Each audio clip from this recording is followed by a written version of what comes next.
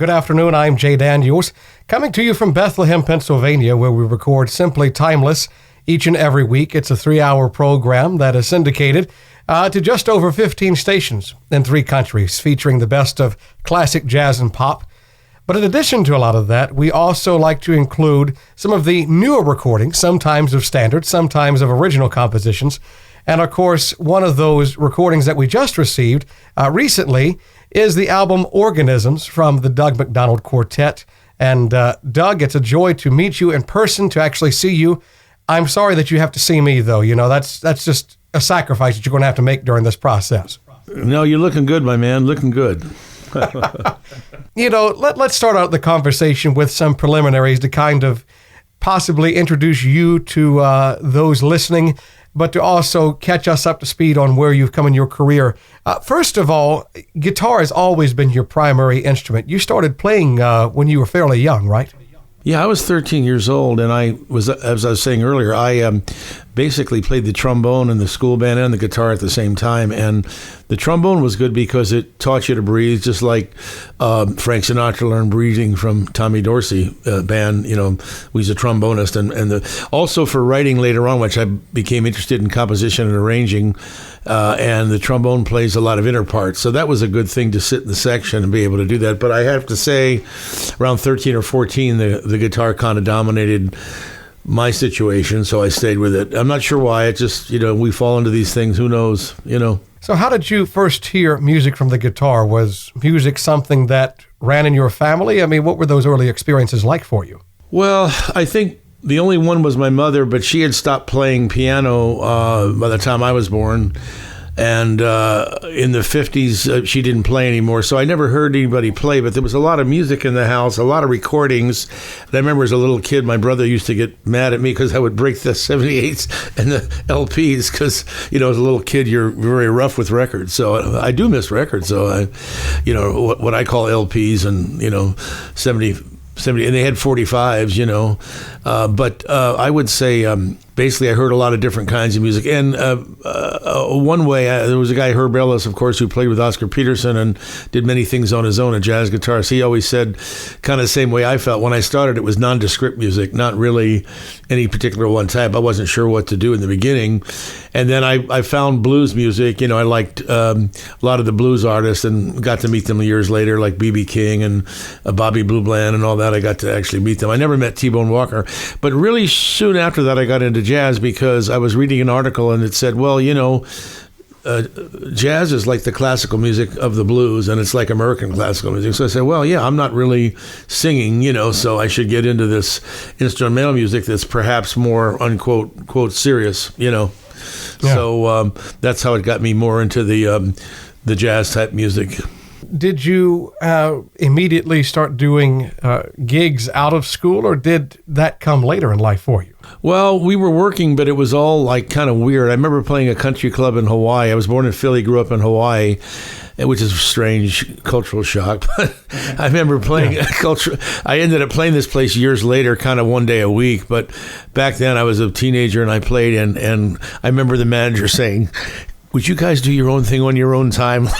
like don't jam on the gig. I don't know. Well, so was that in Vegas or in Hawaii? That was in Hawaii. Okay. Yeah, because my folks went to Vegas very briefly, but then from Philadelphia. Then they went to Hawaii, and it was very, very different. The only thing I would say about it is there was actually a lot of music when I was a kid over there. You'd walk around what they would call the international marketplace, and you'd see Dixieland, you'd see Hawaiian music, you'd see jazz, you'd see kind of every kind of music that existed.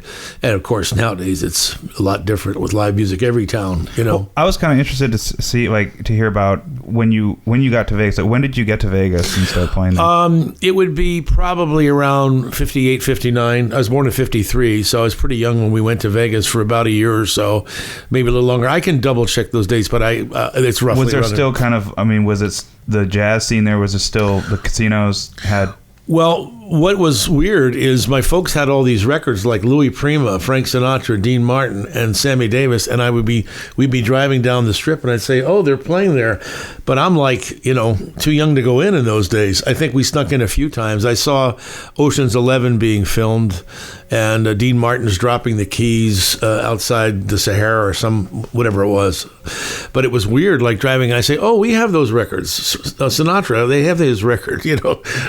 I remember his version of "I Got a Crush on You," the album Nice and Easy, and I said, "Oh, there he is on the Billboard." But the drag of it is, even in Philly, before I got to Vegas, I'm sure in those days I could have walked down the street, and I was too young, but I could have maybe heard anybody that, I think Charlie Parker might have been dead by then, but, Dizzy Gillespie passed through, or a lot of great players were from Philly, as you know, Benny Golson, John Coltrane, you name it, But I'm sure a lot of them were playing down the street, but I was too young to take advantage of it. Yeah. What a miss, How'd I miss that? Just not the best in timing then.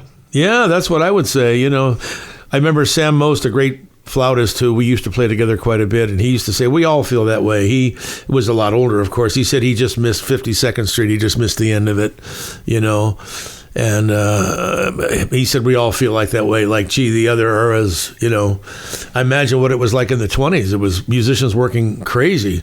Paul Whiteman had a band at the Plaza Hotel in New York with strings in the 20s. And that's where George Gershwin debuted Rhapsody in Blue, but like nobody has an orchestra playing in the hotel lobby, especially here in LA. Right? You're going to get, you're going to hire an orchestra. No. Nobody's paying for that. Unfortunately, there are not many musicians working in the hotels. It's a well-known fact. But coming up, you talk about artists paying their dues. I read that in your biography, and that's a phrase that you hear quite often. How did you have to pay your dues when you were starting out? Well, one of the things, and it still might happen, I remember Bill Evans talking about how he was born in, like, same town I think George Van Epps was born in. It's like Plainsville, New Jersey, or one of those, I forget the exact town, but somewhere out there. And he said he was still doing these polka gigs, even when his first couple of records came out. He was still doing some of these, what we call in LA casuals. In New York, they call them club dates. So it's kind of funny. So that's paying dues. It's like you're playing some...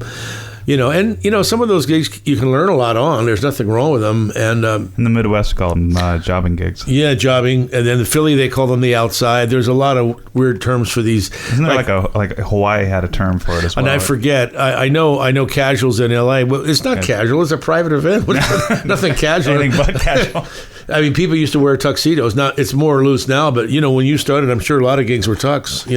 Especially show gigs. It was tux every night. It's weird. Now it's casual. I haven't watched my tux in like 2 years. You better.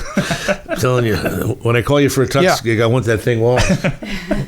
Yeah, I noticed I was at a jazz club recently, and these are the places you expect to have a certain dress code, and people just walk in, a nice shirt and a pair of jeans, and I'm like, what in the world happened here, Well, it gets worse. It gets shorts, and why are you wearing shorts to an event? Our guest on Simply Timeless is Doug MacDonald, who's released the brand new album with the Quartet called Organisms. As artists, we are always continuing to grow, always looking for ways to improve upon our craft.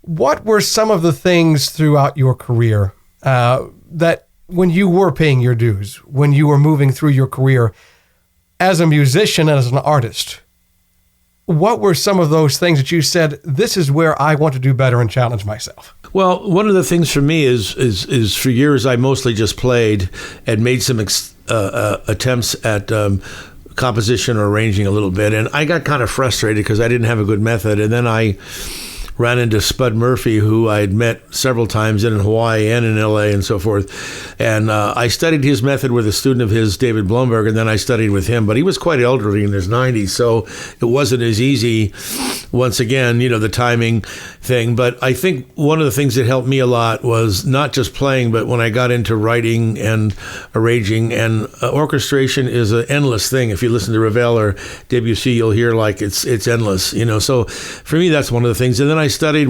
here in L.A. with a great conductor named Jack Fearman, who was a wonderful trumpet player as well, and he had a way of combining the classical way of conducting along with what you say for jazz or for studio work, where somebody would have to just learn the music right away, and he had the technique down to blend the both. So the main thing with conducting is if you write something without a beat, with what they call rubato, it's got to be conducted. So that was very interesting. I guess what I'm saying is if you get out of your instrument and see the whole musical picture, like from a different view, it changes your whole playing. Tell me more about your working composition.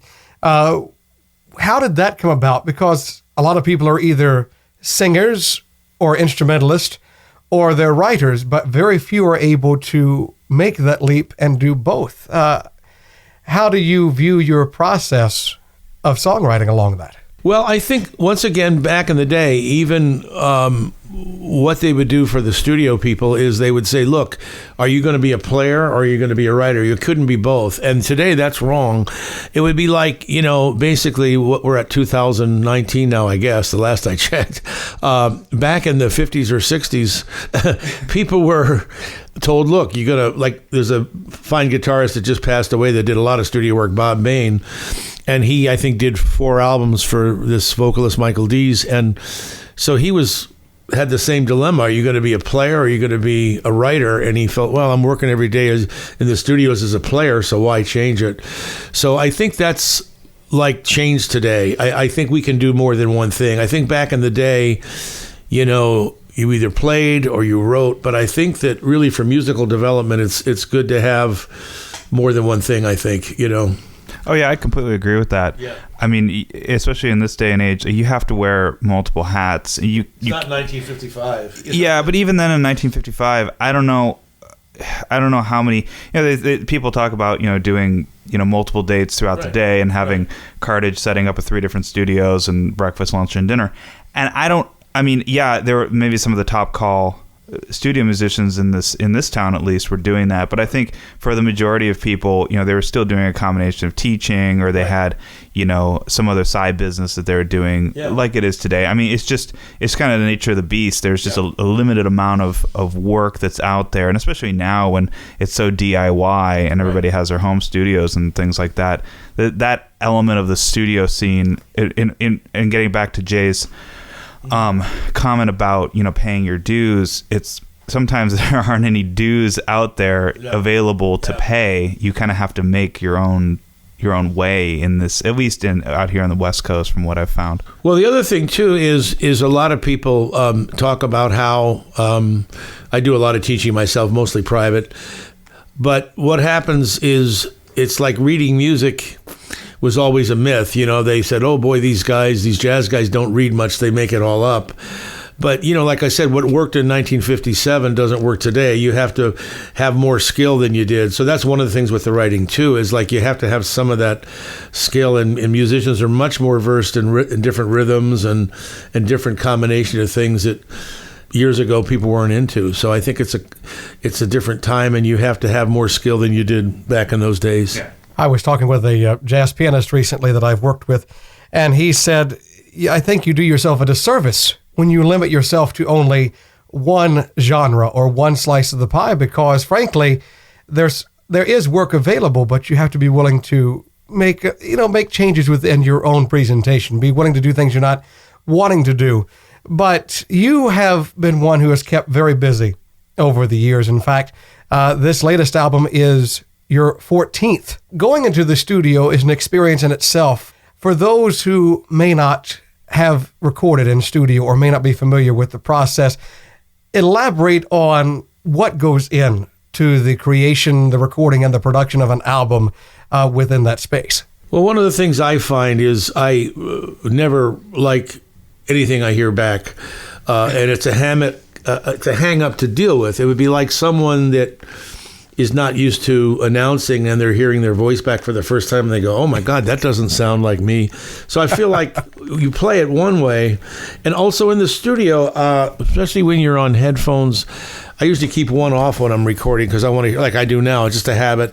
But the thing is that I always feel like the guitar feels so live when I'm recording. Like I touch it and already, but I mean in the recording, but live, I feel like I can hit harder, and I don't think I'm really playing any different, but it just feels so weird because it's not like playing a gig. It's not like you're just letting it go. And a friend of mine's been producing a lot of our live stuff, Don Thompson, but there I'm not as happy with it because you get one chance and, it's like a gamble. It may or may not come out, and hopefully we strive for a consistency. But the other thing with recording is you got to be careful what tunes you pick and what tempo, and there's a lot of decisions to be made, And I guess one way to look at it to make it like simpler is to say, look, this would be like a concert. We're recording, let's say 10, 12 tunes.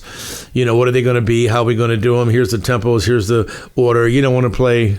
I did one concert recently. I hate to mention it. The pianist wanted to play like 4 or 5 songs in the key of F. I said should mix those up so we're not all playing everything in the same key. It gets to be the same color. Yeah. It's not life and death, but it's just better planning. So I guess what I'm saying is it would be like planning a real nice concert when you go in, So taking those things into mind, you brought a quartet together recently to record this last album. In fact, it features a Hammond B3 organ, a lovely instrument that we don't hear near enough of.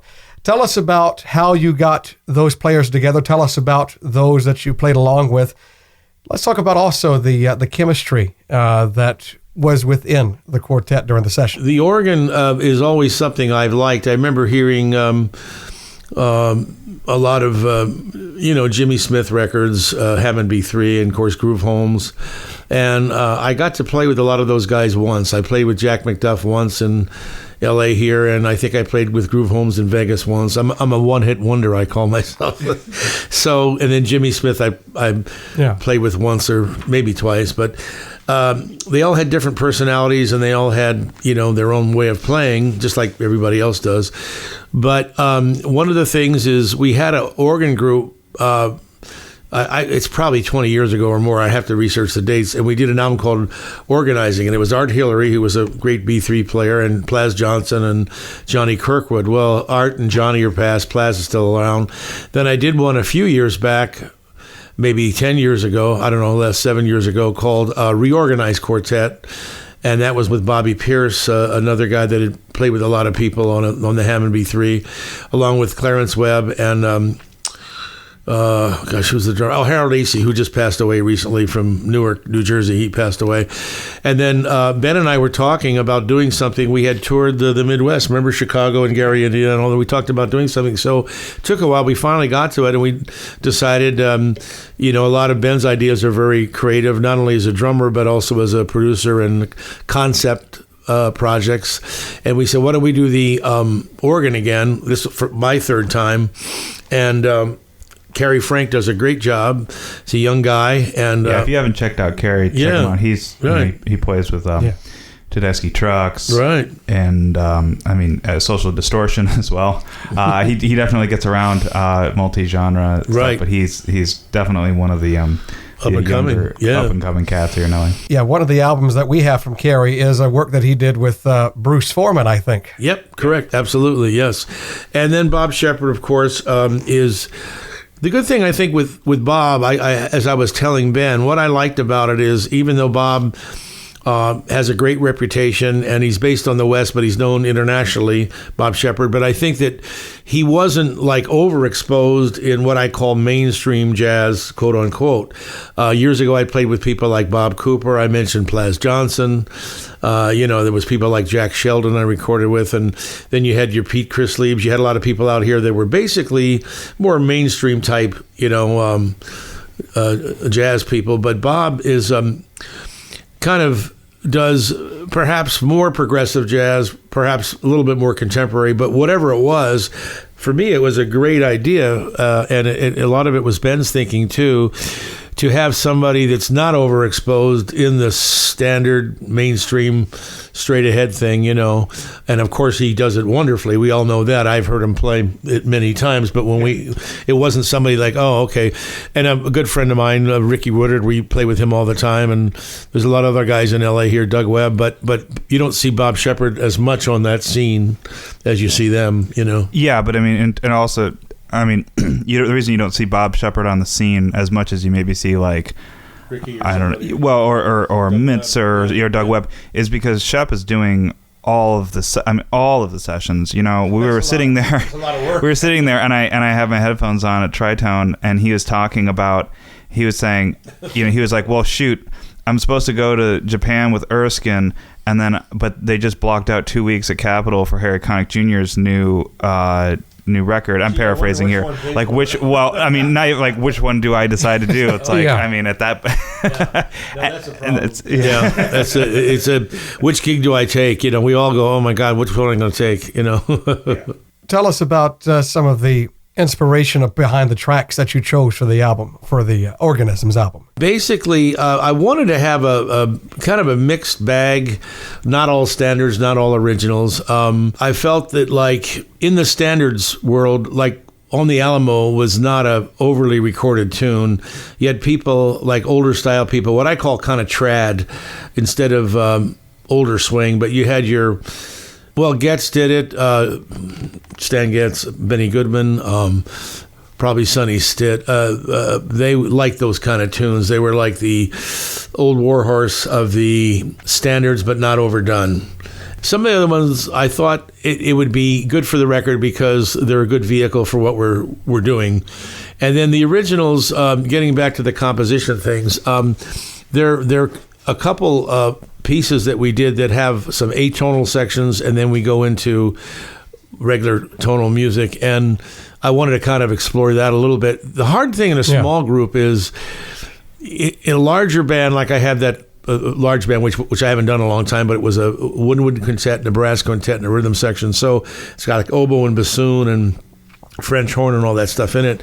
You can get more into compositional stuff than you can in a jazz trio or quartet. Plus, if you bog the quartet down with too much reading, it becomes sluggish to me. I would like the small group to be more free. So we tried to balance the two, where some of it's just straight ahead and go, and others a little bit more compositional. So it's a balancing act. Yeah. One of the tunes that you included is actually the first track called It's You or No One from Sammy Kahn and Julie Stein. And you wanted to actually share that with us on the guitar. Sure. I try not to make a mistake here.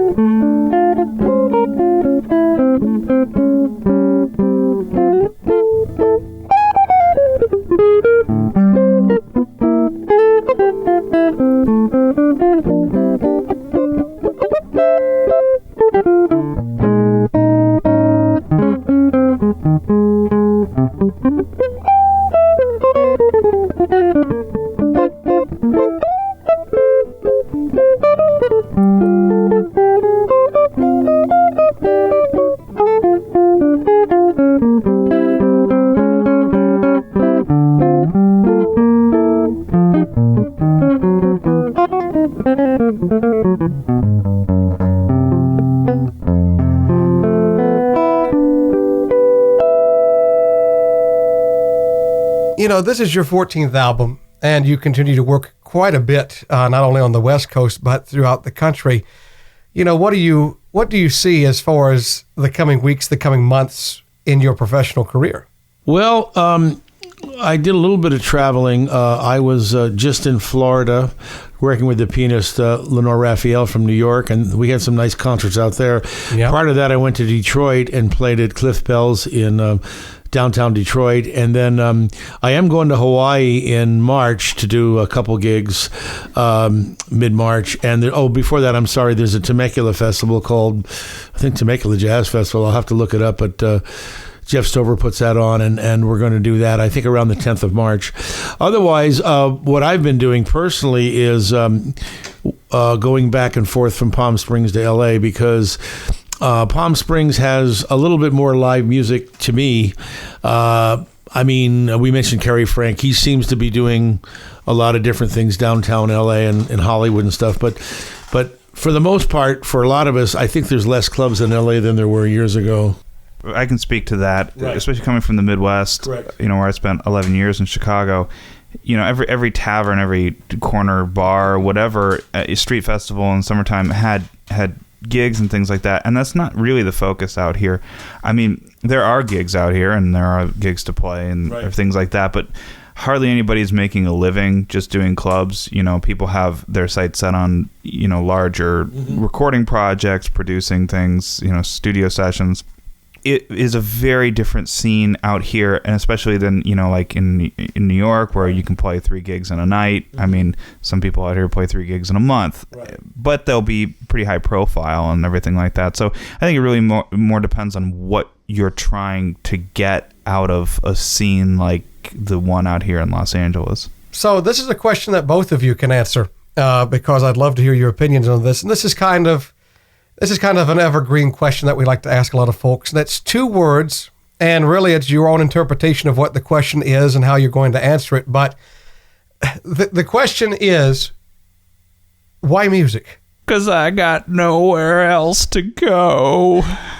That's what I told Erskine on my first day at USC. He asked me that same question. Cool. And I was reading a book by Jack DeJohnette where he touched on the same thing. It's like a lot of people, and I think as in the arts, as in general, you do reach this critical point where you can't really do anything. I mean, like, what's my resume going to say? Like, if I'm going to try to get a job at a bank or something like that,